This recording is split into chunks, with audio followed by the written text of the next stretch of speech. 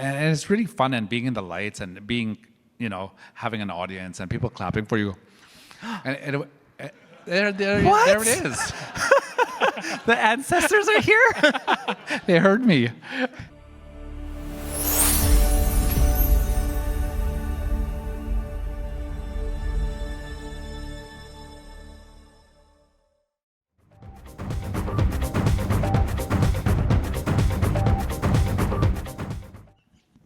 Thank you, Jaylene. Hi, everyone. All right, my name is Ella Lamoureux. As you said, thank you very much. I'm quite excited to present to you Denhta, which is my Indigenous podcast. I guess I should talk a bit about myself first. Hi, I'm Casca Dene. I am from the Yukon. Hi, sis. I don't know them. They're Tlingit, and historically we have beef. But, thank you for coming. Love them. They were so good. And I just want to touch base a little bit with Martin said earlier about he's turning 40, and as am I next month.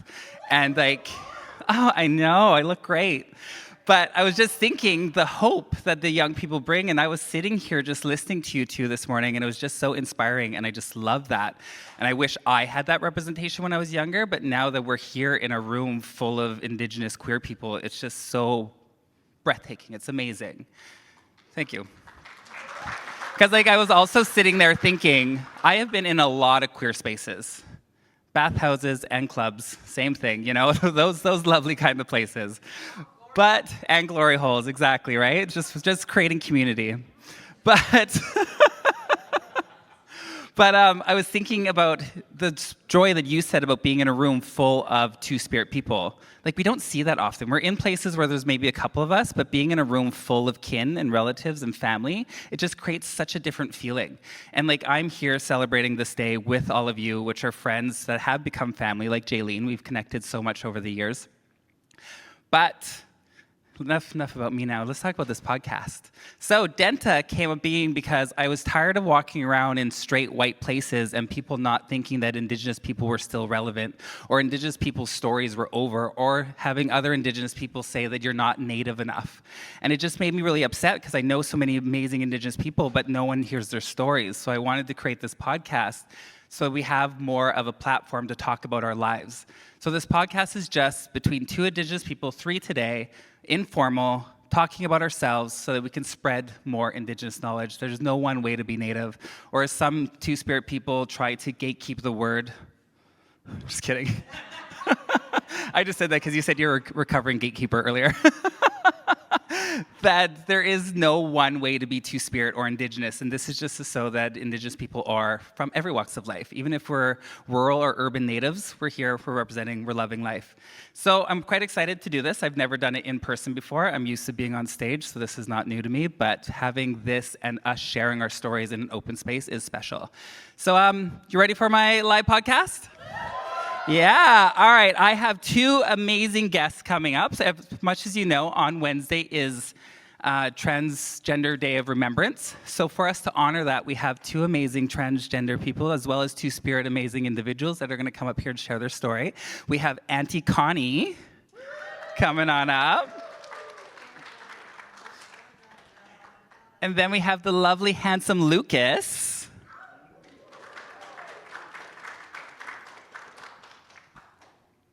Thank you both for being here with me.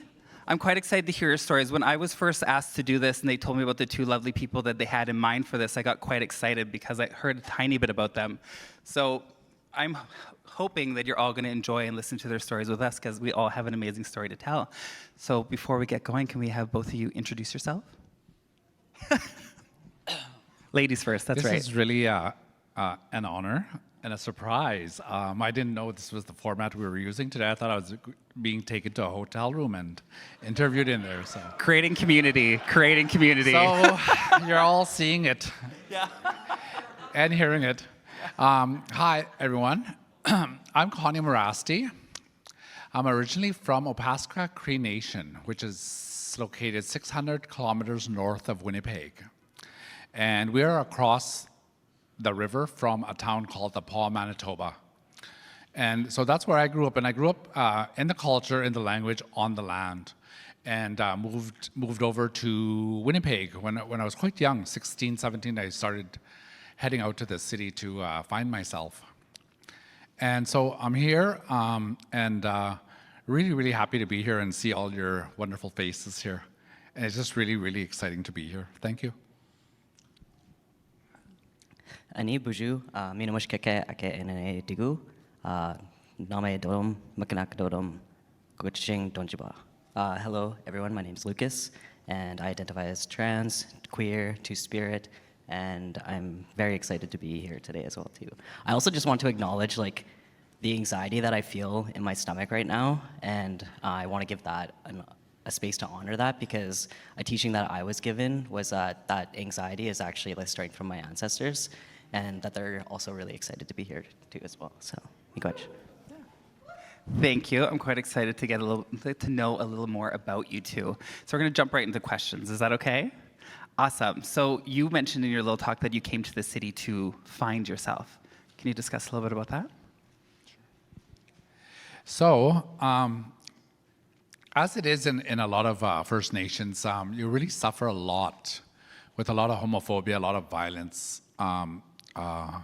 growing up and just being alone in your community. And one of the things that happened to me was that I was having mental breakdowns here and there and all that in my teenage years. And one of the things that was really hard about it was nobody could teach me to be gay. Nobody could teach me to be two-spirit. And that was always the question for me was, okay, so I'm two-spirit, I'm gay, what do I do? And how do I go about this, right? And so in these struggles, and there's so much violence, and there's so much hatred, and there's so much homophobia happening in your community towards you.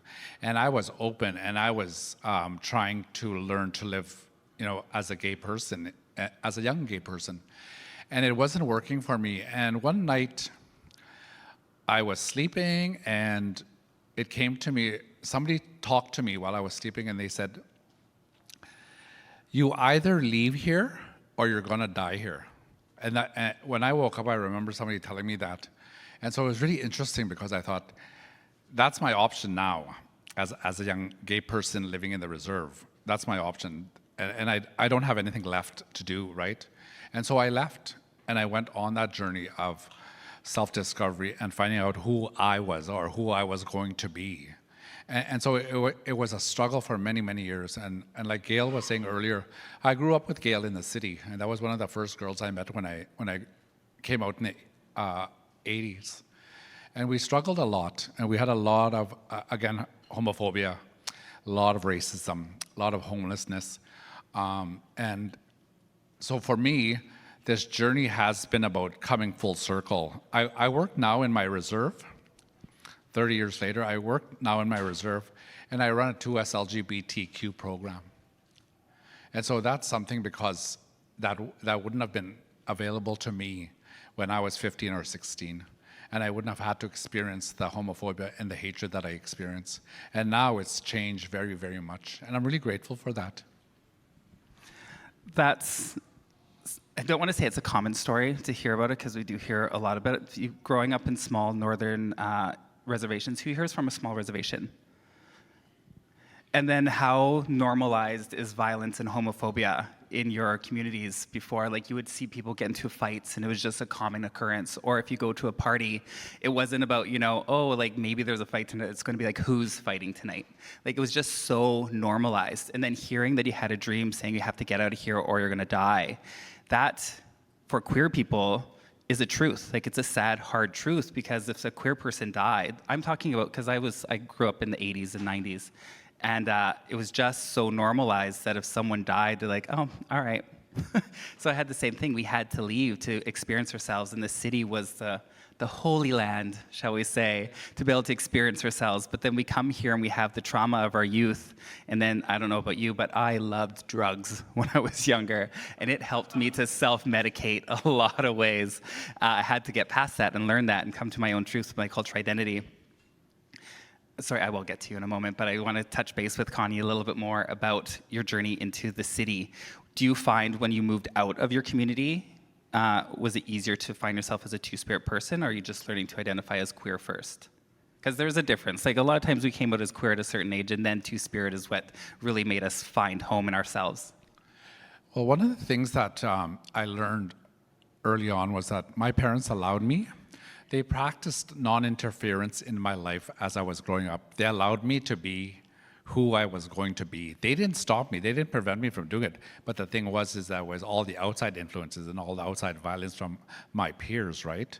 And so they allowed me, they gave me that gift of not interfering in the way I wanted to live my life.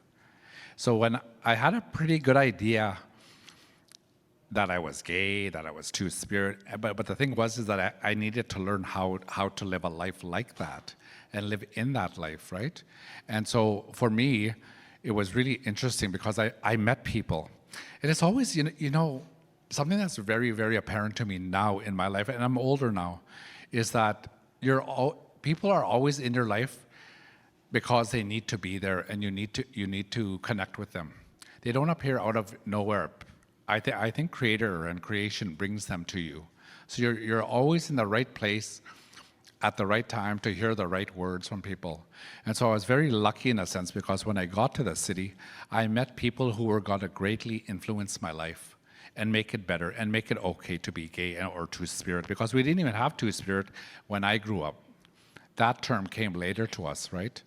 And so I was very lucky in a sense because I got to meet the people that would direct my life and would create a really, really awesome life for me and direct me in a good way. Nice, thank you for that. I am thinking about moving to the city and finding representation because there wasn't really two-spirit when we were younger. This selfishly just going to talk about myself for a moment. It reminds me of, is anyone here from Calgary? Does anyone know Argentina Haley? Yeah, that was the first drag artist I've ever seen in my entire life, and she was doing a Tina Turner number, and I was like, I want to be her. And it really spurred the notion of seeing a strong, powerful individual own a stage, and then it made me realize that, you know, there is people that you can look up to, because we didn't have representation when we were younger. We had North of 60. Do y'all remember that? Yeah, we had North of 60, which was great, but it showed the traumatic side of being Indigenous. It didn't really show a lot of joy. So we just had the one view, and then the white people saw it, and they're like, oh, that's how natives are. I'd be like, well, it is, but also it isn't. Yeah, thank you for sharing your story. Now I'm going to jump to you. I want to know your journey to your two-spirit identity. Was it through, can we talk about your transness? Yeah, okay, I have to ask, boundaries. Did that help you along your journey of, like, gender identity, being two-spirit? Absolutely. So I came out as trans when I was 17 years old. I grew up in a small community as well. I didn't grow up on reserve, so I feel like that displacement of my culture had a big impact on my gender identity seeking journey as well. I didn't have any other trans or queer representations in community around me, so I was kind of like the first person in my community to kind of figure that out, apart from maybe some elder queers that I didn't know about. And so with that and feeling very isolated, I ended up moving to Winnipeg as well too, to seek that community. And that was life-saving for me as well. And I didn't start to really unravel my two-spirit identity until I moved to Winnipeg. And I actually went to the Sunshine House and met other two-spirit elders and kokums like Connie and Gail and all of that. So I was really lucky to be surrounded by these really powerful change makers in the community, and that really allowed me to kind of start unraveling like that in my own self. Nice, thank you for that. I have a question for both of you with two-spirit, since we didn't have that when we were younger. Don't know how you are, your age is ambiguous to me.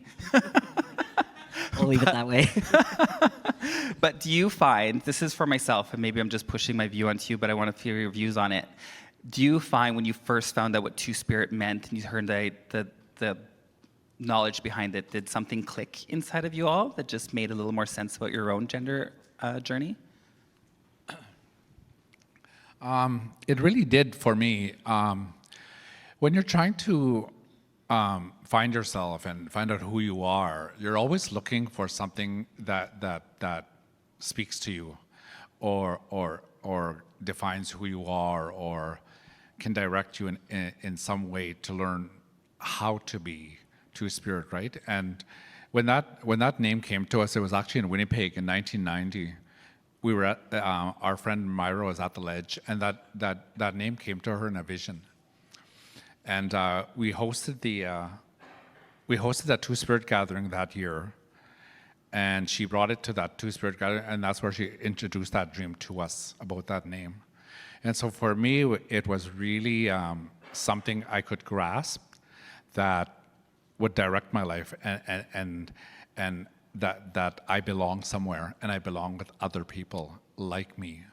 And so for me, it was really important, and it really meant something, because before we were just kind of floundering, because saying we were gay, hanging out in gay bars, and not really doing anything that related to us being First Nations. And so my search was always about who are we as Indigenous people, as Indigenous Two-Spirit people. And so when that name came to us, it really, really empowered a lot of people. And a lot of people grabbed it and held on to it very tightly. And now I think we're on our 37th Two-Spirit gathering, 37th, 38th Two-Spirit gathering. And so I attended the second one, so yeah. So I attended the second one, and that name hadn't come to us yet at that time. It was just an annual gathering of gay and lesbian Native people. So it was really, really impactful. Yeah, amazing, thank you. So when I first had come out as trans, I did the typical try to go into the extreme opposite direction and go as masculine as possible. And when I did that, it didn't feel right. And I had a lot of representation around me of like cis heterosexual male figures in my life. I have 5 siblings who are all identifying that way. And so there was always something that felt like disconnected to them, and I couldn't really understand what that was. And then once I started to really gather around other trans individuals, I realized that there was still something that didn't quite sit well with me in that identity alone.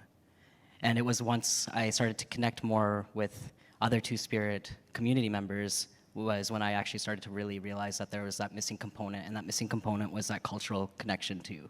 And I think that's a part of what Two-Spirit means for me, is like, it's that sacredness of connecting back to our culture as along with our identity as well too. Thank you. I think some people don't realize how impactful culture can be with yourselves. And this is maybe special for Indigenous people because we've had it stolen from us, and we're regenerating, recouping with lost knowledge and filling in the spaces where we can. And I feel that's a lot with Two-Spirit identity, is that so much has been lost, that we're rebuilding it. And a lot of times we have people from other cultures tell us that there's a right and wrong way to be Two-Spirit, or they're not following the proper Two-Spirit protocols and pathways. And then I always have to tell them, you're from Ontario, I'm from the Yukon, there's a big distance between us, things can be different. Have you ever run into an issue where another Indigenous person was telling you that you weren't Two-Spirit enough, or that you weren't doing it right, which is mind-boggling?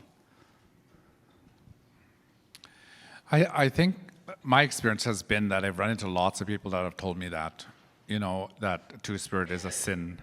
Being Two-Spirit is unholy, being Two-Spirit is wrong. And I think in a sense, like I wasn't really, like I wasn't taking any of their bullshit. Like to me, it was just crap,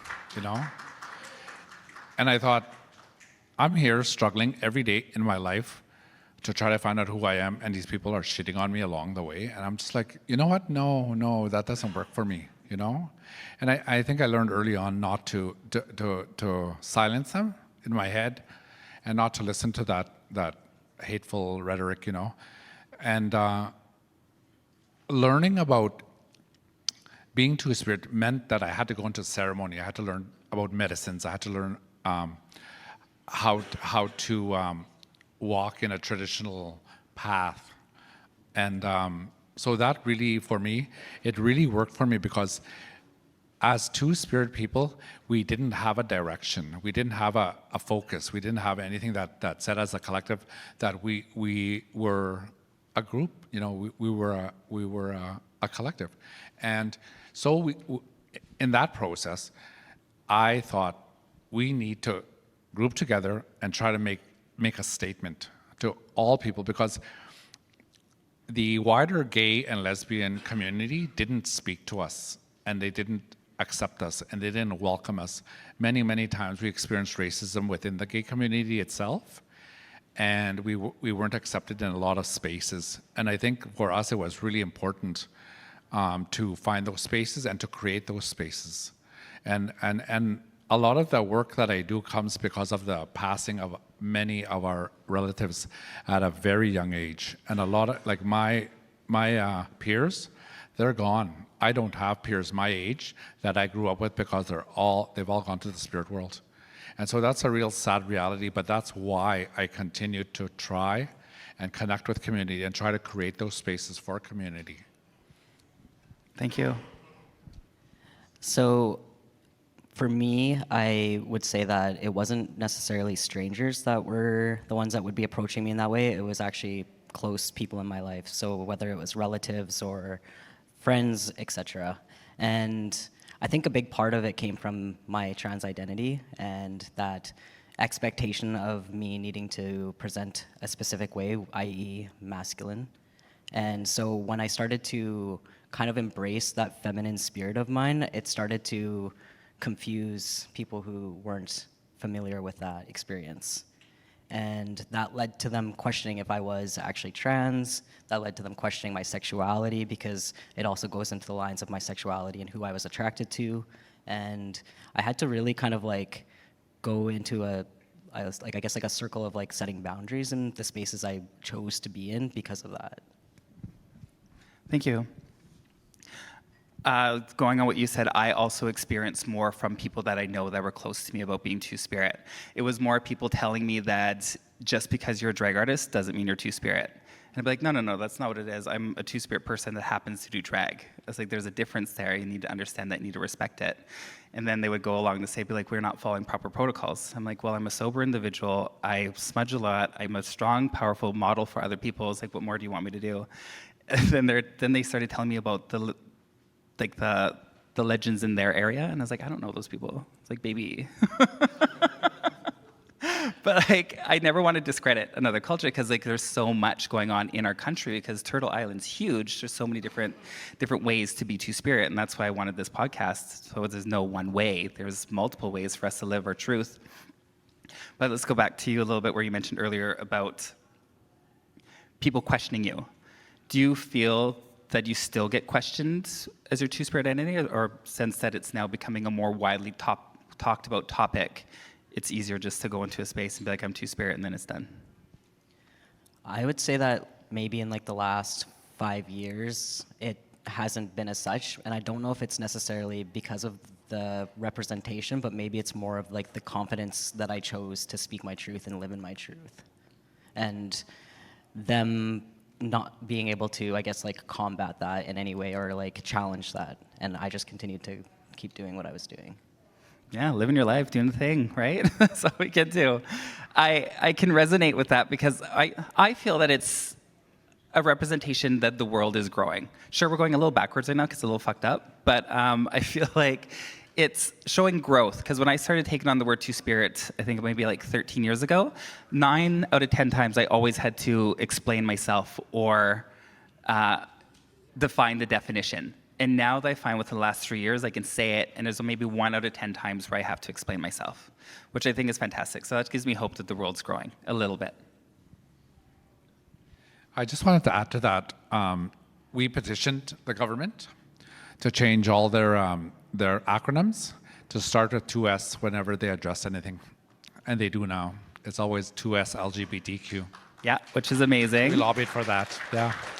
I always mention that when I am in other provinces, because a lot of other provinces still say LGBT, which is fine, but the 2S is fantastic. And I always tell people, if you add 2S to the front of your acronym, that's a small form of decolonization. It's a little act that they can do to show that we were there first, and you can honor us by that. It's just a small, tiny little thing. I also tell people, if you don't follow the gender binary, that's a form of decolonization, because that's a very Euro-Christian view. So if you believe in more than 2 genders, that's decolonization. In my mind, I'm taking it on for us natives. Okay, let's jump back into the realm of Two-Spirit, because that's what we're here for. What advice would you give to someone that's thinking that they can identify as Two-Spirit, but they're unsure because of all the outside voices they hear about how you should be? Ooh, that's a big one. I would tell them to follow their path. Follow what direction that they're in. I really believe in the in the idea that we are guided to where we need to be in our lives, and that's something that's always been clear to me.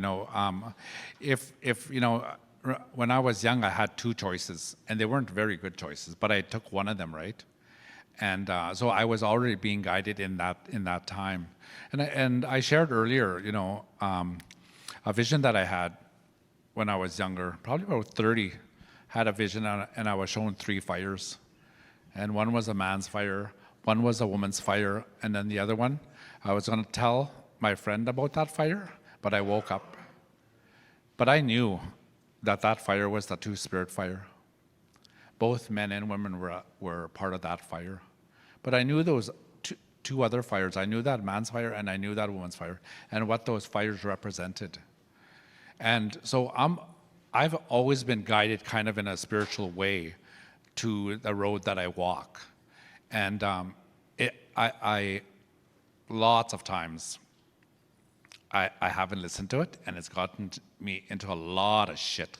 But it's getting easier now that I'm more aware of it and more open to it. And I would tell people, especially young people, that your path is guided by your ancestors, and they're always with you, and never to give up. But it's a struggle many times. Like, one of the things I thought was, when you get older, it'll get easier. You won't have to struggle with being gay. And and it's like old age creeping in, and all these aches and pains, and I'm like, oh my goodness, what I have to look forward to now.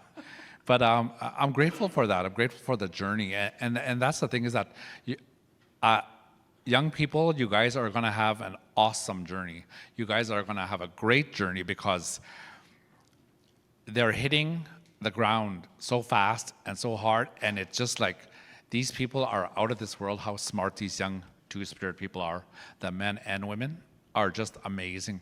And I'm just really amazed by them every time I see them and talk to them. Thank you. Just telling me that I have to look forward to more aches and pains, not really setting up the future well for me.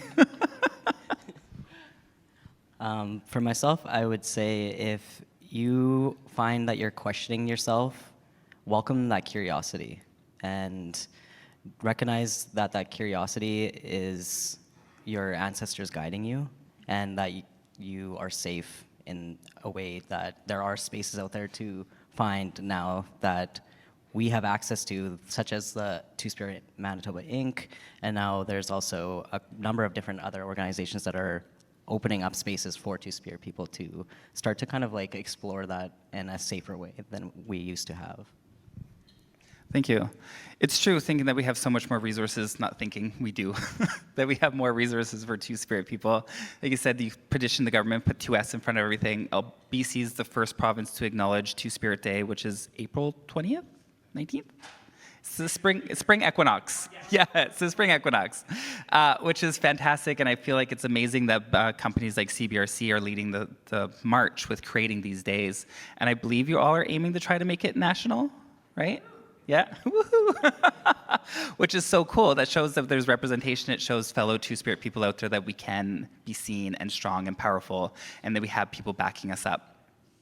I want to rewind a little bit and talk about coming out as Two-Spirit, or finding that term and solidifying it with yourself. I'm going to tell a little story about myself before we keep going.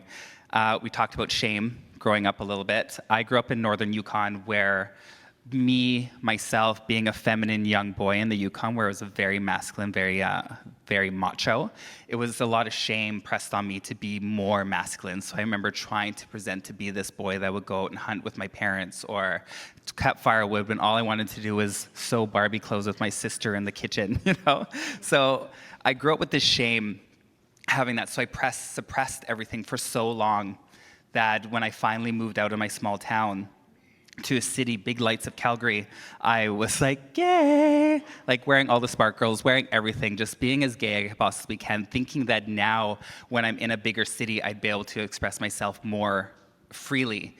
Little did I know, at that time, going into the queer community, great, they still had prejudices against a feminine boy. So I still had that added shame of presenting feminine because I was no longer accepted in my community for being queer. And then I got into the queer community, then I wasn't accepted for being feminine. And then you still had that added racism because in the early 2000s, they were very prejudiced of calling you a chug if you're a native. So then I'd hear that. So there was more shame that was just piled on me. And then you open the door to drugs and addiction. And then that's where I happened to go. And then I remember reconnecting with my culture because I was like, something needs to change within myself, that I need to be able to help myself grow. And then that's where I came across the term Two-Spirit. And then I started researching a little bit more. And then I started realizing that maybe I do have this combination of two spirits living inside of me, that I'm able to cross between both realms and freely live my life without having to choose one side and suppressing another side of myself. So Two-Spirit for myself has that huge connotation of gender freedom, of being able to be who I want to be without the prejudices of the outside world, and finding out that we chose that at a queer conference that you said you were at, which is flippin' amazing, that was made to help us step outside of the negative colonial view of homosexuality or queerness. And it just was so empowering that when I started taking on the term, I realized that maybe I should be a model for future people, because if I had the representation that I feel I am now, then I might have been a stronger person early on. Do you feel, being strong, powerful individuals like you are, that being role models is a little off-putting, or do you wear it with a badge of honor? Go ahead. I guess I'll go first this time. I actually don't find comfort in being seen as a role model because I don't like that hierarchy feeling. So I struggle with it a lot, and because I'm a more reserved person, I think feeling like I'm being put on the spotlight is a hard thing for me to sit in and be comfortable with. But I do recognize that there is a role that I do play in that, and that I have to take that seriously and consider the impact that I do have on community members. I was actually at a Two-Spirit Northern gathering in the summer, and I attended a cedar bath, and it was the first time that I was told that I have a youthful spirit and that I'm likely going to be working with a lot of youth.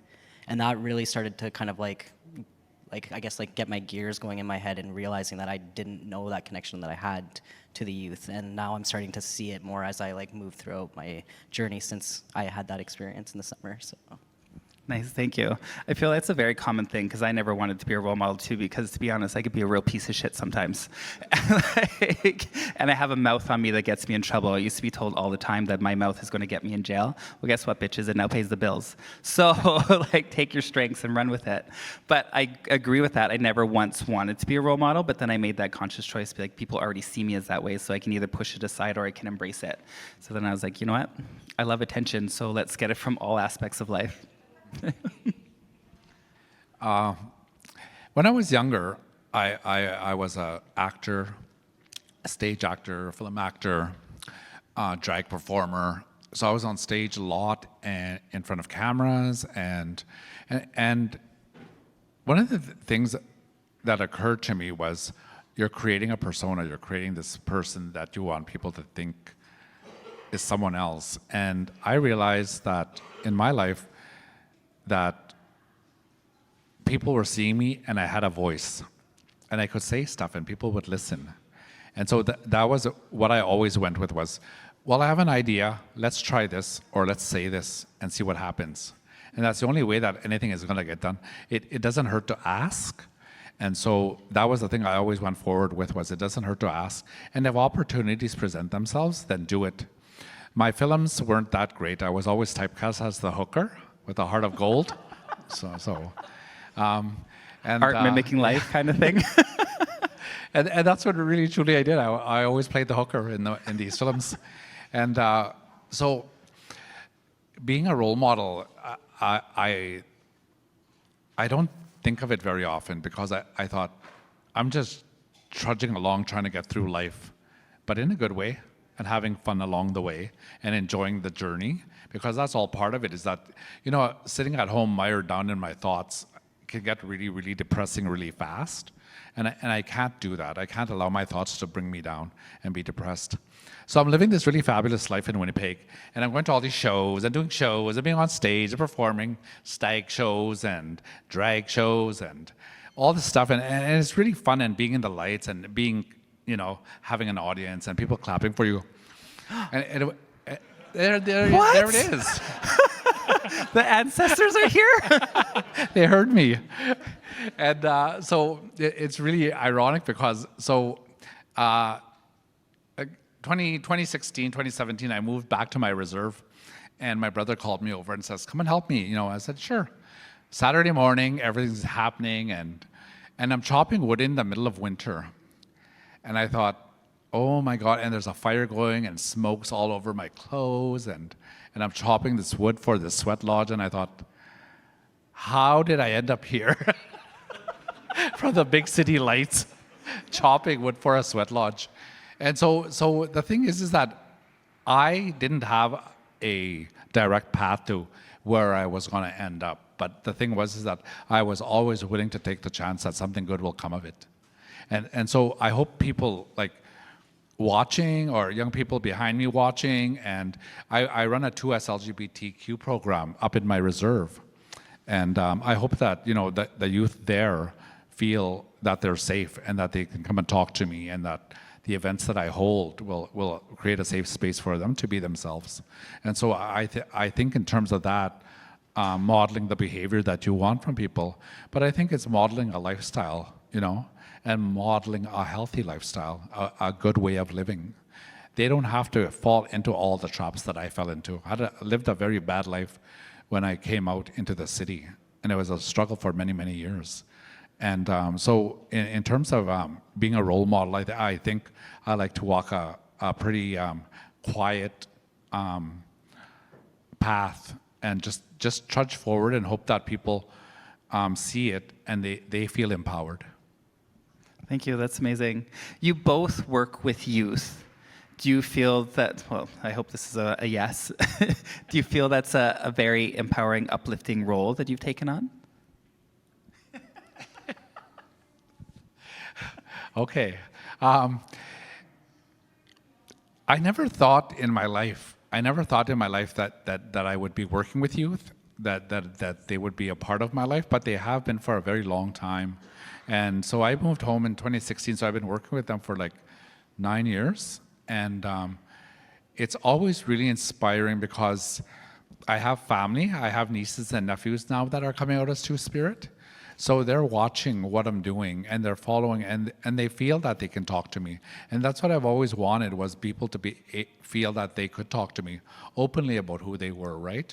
And so for me, the youth really inspire me to continue the work that I do all across Canada. Wherever we are on Turtle Island, I hope that anything that I work on and that I work on with other people inspires our youth to come out and be strong and be vocal and advocate for their own rights and advocate for their own well-being. And I think that's what the journey is for me now as I get older, is that I'm trying to create a path for them that they don't have to go onto the roads that I did. So that's always my thing with the youth, and I always hope that door is open for them. Thank you. Well, I'm just gonna be honest and say that I just left my youthhood, so I'm like still in the rafts of like kind of walking alongside a lot of youth who are very close in age to me, and so I have that relatability to them as well. But I think what I try to do is I do feel like it is empowering, but I also feel empowered by them as well. They have a lot to teach, and so I try my best to kind of like show up with humility in my own journey and like be open to those teachings that they have as well too, because they're our next change makers. Thank you. I hated working with youth. I would never want to do it. And there's for one reason. I grew up during a time where it was very common for people to equate queerness or queer men with pedophilia. So I heard that at a very young age of my parents being like, oh, that gay guy, that pedophile. So I remember being like this 9-year-old boy thinking I was going to grow up to be a pedophile. I was terrified of being queer because I already knew that that was my journey. Growing up later, finding out that that's not true. So then I was terrified to be around any youth or any kids because I was terrified people were going to see me as a pedophile. So I never did anything with kids or anything. And it was just this moment of fear that only recently I started getting over. Within the past 5 years, I did a thing with some youth and I saw the joy that they would see or the excitement of me being there, being a representation that they wish they saw. I realized I had to take myself out of the equation and realize that I'm doing it for them, that they're seeing a strong, powerful individual. And then the past few years, the term pedophile started coming back up again, that they're saying, and then I didn't realize I had past trauma with that word. I started thinking about it, and all of a sudden I started turning down youth events again. And I was like, no. Like, I gotta get over this. This is not who I am. I still need to be this strong, powerful individual. So bravo for you both for working with kids. I still find them terrifying, especially when they're like 10 years old. They have no filter. I think I am good with the filter. I'll tell something, but they're the first ones to be like, you have huge feet. Thank you. So I love that. Let's talk a bit about mental health, because I'm sure that's something like navigating this world is quite intense and quite hard, and it can be very troublesome, and we need to find places to unwind or moments to be able to recenter and balance ourselves. Do you have any acts of ceremony that you like to do during these times to help recoup, like to rebalance yourself? Absolutely. So this past year has probably been like the worst for my mental health, but it's also been the best in terms of finding access to that ceremony. So in the spring, I got back into dancing. I'm a powwow. I dance powwow. I'm a grass dancer. And so I started getting back into that, and it's been really healing for me and my journey, as well as attending different sweats and just different ceremonies.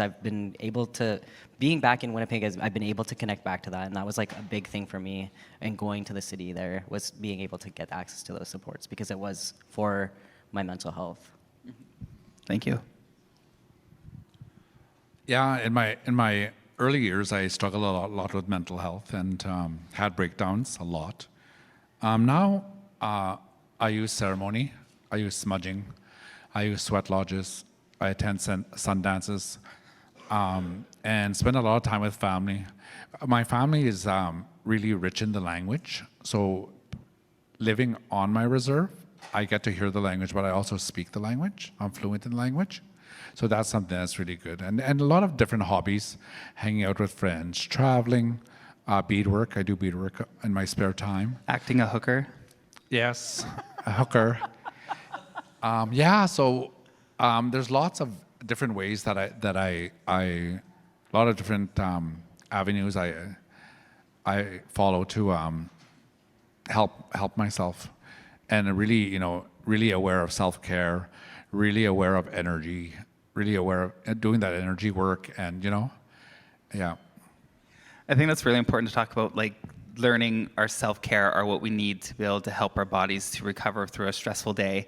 I feel a lot of people run to substances sometimes to self-medicate, which once again is fine, we're not judging that.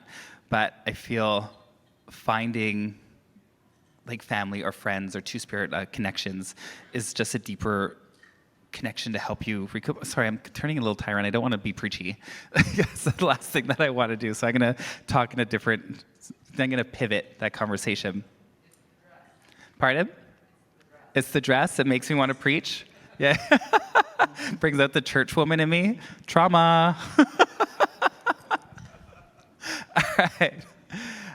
Thank you for sharing that about mental health. I know that sometimes it's a hard thing to talk about, and finding ceremony to do that is quite amazing. I used to never want to smudge, or not that I want. Once again, I'm going to bring up the word shame. And growing up with indigeneity at a certain point, people would look down on it. So I found a lot of times in my life I would try to act more white, present in a different way to be more palatable for a white world. that I wouldn't have my smudging kit out, and it's only till recently, and I will equate a lot of it to Jaylene, because she brings her smudging thing everywhere, and every time we go traveling or do a show, her little smudging thing comes out, and we have a good time, and I love it. So now I proudly have my smudging kit in my living room, and if people question it, I was like, well, it's not for you to question. I was like, this is here for me. If you want to take part in it, we'll do that. And it's such a simple act, but it just essentially gets rid of that bad juju in my mind, and I love it. Let's talk about you. I want to, since tomorrow is Wednesday's the day of Trans Remembrance, do you find, like, is it a difficult day for yourself, or is it a day that you aim towards celebration? I wouldn't say celebration. I think several years ago when I was attending different events, it did feel very somber. It was a very hard and difficult day, and it still is to kind of like approach that day. But I think now I've been looking at it as more of like an extension of care, and how can I care for myself during that time period, but also like my relatives too, my two-spirit relatives. And so that's kind of like where I've kind of guided that energy in, so that I'm not, I guess, like personalizing it and making it something that's like a somber experience for me, or a way to like experience joy, because I also don't think that's an appropriate thing to celebrate during this week. So, yeah. I want to ask another question with that. How many times, or how do you navigate a situation where a non-Indigenous person hears the word Two-Spirit and they instantly attach it to being a trans person? How do you navigate explaining to someone that Two-Spirit does not only mean trans? Like, it's an umbrella term for a lot of other identities. I would just kind of go into the conversation around the identity to culture and our indigeneity, and how that kind of wraps around to our two-spiritness, and how being trans is a separate identity to that, as well as like being non-binary. Like, I think a lot of people try to wrap up these identities into like one kind of like umbrella term. Yeah, they try to box it in so they can understand it for themselves. Be like, well, it's not for you. It's a way for people to try to make sense of things, I think. And I think a lot of people don't have a connection to that expansiveness in our identity that we as Indigenous people do. It's very nice of you to say. I like to be confrontational and say, look in your phone. It's like you have a Google there, you can look it up. But yeah, that's fantastic. I find with myself, I say I'm two-spirit, and so I present quite feminine, so they instantly think that I'm a trans person, which I'm not offended by. Woohoo, I look fantastic and it's great. But I have to go through this explaining part, being like, no, it means so much more than that. And then you hear them next day be like, oh, this is my trans friend over there. Be like, do you listen to me? Do you have any of the, like, how do you navigate that situation where they just assume that two-spirit means trans? Well, my experience has been mostly positive, in a sense that people don't question who I am, and I'm very clear about who I am as Two-Spirit. And I think that the struggle people have is that they want to put everyone into a box, and nobody fits inside that box, because everybody's so different. Everybody's so fabulous in their own way. And I think that's something that I want to encourage. And in terms of, the Trans Day of Remembrance, I've lost many, many trans friends in my life. And so for me, it's so amazing that we even have a day. Like, to me, it's so amazing that we get to honor our ancestors, basically, because they've gone to the spirit world, And so when this day comes about, we've gone to mention their names and honor them and speak their names, which is something that maybe in their lifetime they didn't get to speak, or their families were not able to speak their names. And so for me, that's really, really important that they are remembered. And so Trans Day of Awareness for me is really, really important. Thank you. To wrap this up, because we are coming to a close here, do you want to have any final words that you want to say towards Two-Spirit identity? I know we're all Two-Spirit in this room, but we'd love to hear everyone's point of view. I just think, follow your path and go, where you're directed in your life, like to just follow it and have faith that everything will work out. Like I said, I don't question where I am now in my life. I'm older, over being a young person, and moving into that elder stage of my life, and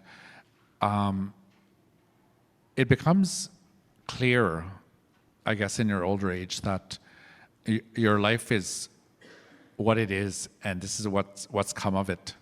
And just don't question the direction that you're taking, because that's where you're being directed to. And it'll all fall into place. You're always exactly where you're supposed to be. Thank you. I think I just kind of want to make mention to the fact that we are in a room full of two-spirit people, and that is sacred in itself, because we weren't allowed to be who we were, not even like 2 decades ago. So it's very new for us to be able to sit in a space together, and it's beautiful.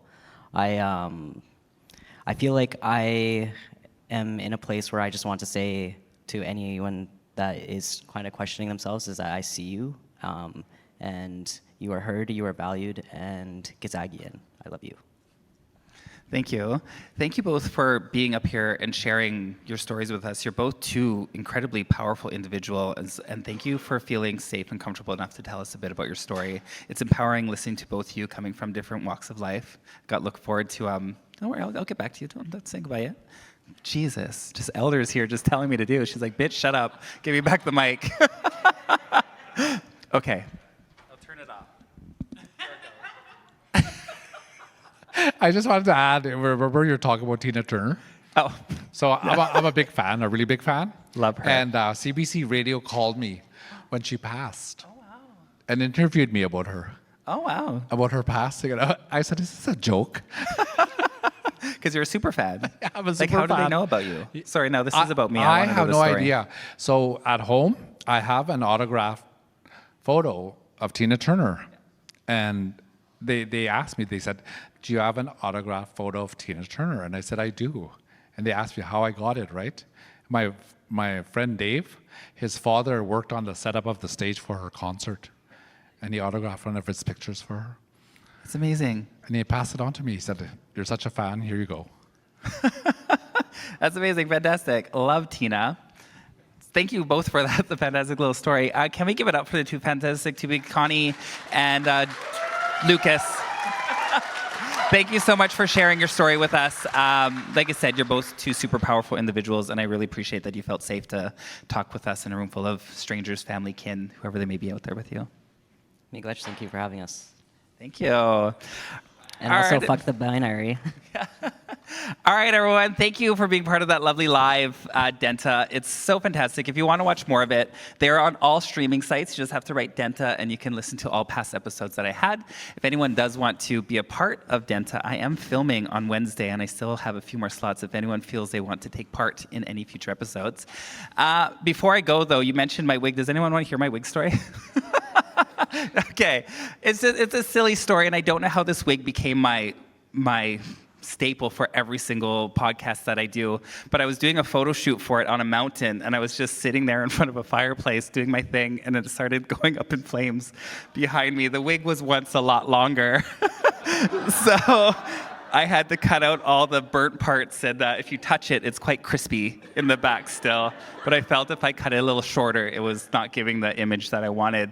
But it was so silly sitting there trying to be all cunty and looking amazing, and all of a sudden just, it was a silly part. Anyways, that's the story of this wig. Yeah, thank you so much. I'm now done. If anyone, I'm gonna plug some of my merch too. If anyone wants to buy a Denhta fan and you're supporting a fellow two-spirit person, I have some available. But thank you all so much. Thank you. I am now done. We'll see you later. Bye.